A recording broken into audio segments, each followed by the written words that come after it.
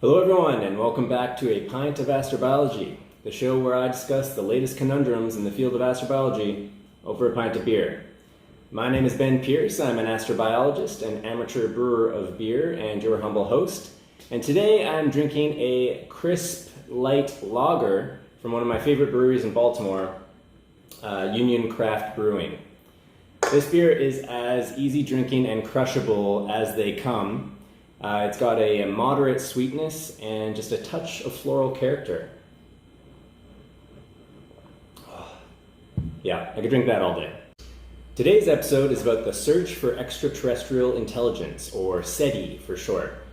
Now, if you watched episode 5, you know that there could potentially be as many as 25 billion planets in the Milky Way galaxy with life on them.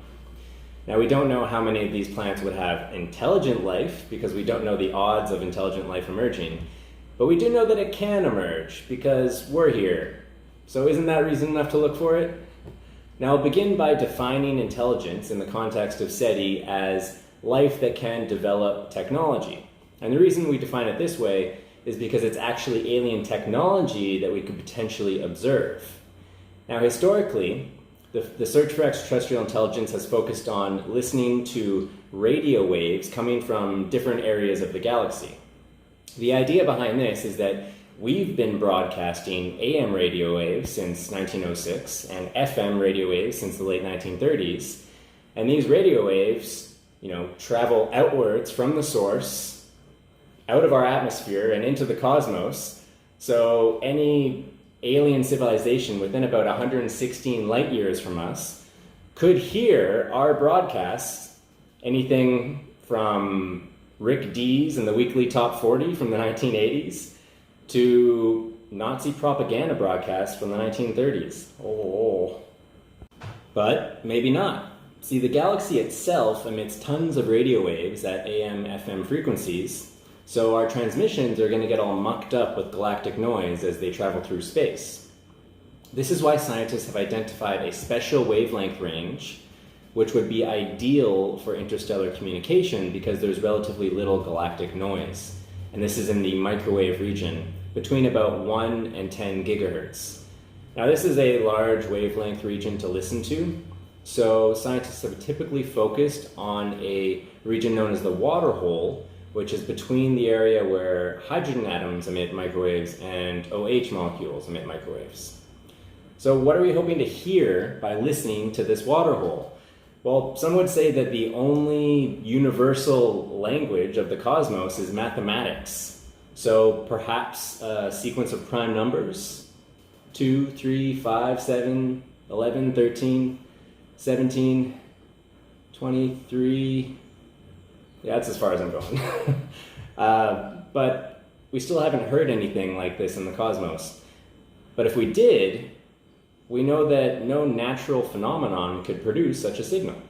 But is it egotistical to think that intelligent civilizations would care to contact us lowly humans at all? Are we really that special? I mean, it's not like we can offer them very much technologically. We just invented the transistor 75 years ago, which is what all our computers use to operate. In all odds, they're likely much more technologically advanced than us in every single way. But, I don't know, maybe they don't have beer on their planet, so perhaps that's something we can offer. Even if they don't want to send us a signal, we could still glean of their existence by spying on them. For instance, if they're a young civilization like us, maybe they're still burning fossil fuels, and we can detect gases from that process, like nitrogen dioxide. Similarly, there's an inert gas we make on Earth that we use to insulate our electrical components called sulfur hexafluoride, and there's no natural source of this gas on Earth. So if we detected that in an exoplanet atmosphere, that'd be pretty compelling for intelligent life. There's also the opportunity for us to detect Nightside city lights from alien civilizations, if there's a lot of them, because typical sodium lamps emit in a very small wavelength range in the visible. Finally, if the alien civilizations are vastly more technologically advanced than us, then maybe they actually built megastructures that allow them to harness a lot more energy from their host star to grow their civilization. In this case, these megastructures could produce periodic dips in the stellar light curve that we could detect from Earth, and that would be really hard to explain by any kind of natural phenomenon. Now, the thing I've noticed about SETI is that every year scientists come up with new ways to detect extraterrestrial intelligence.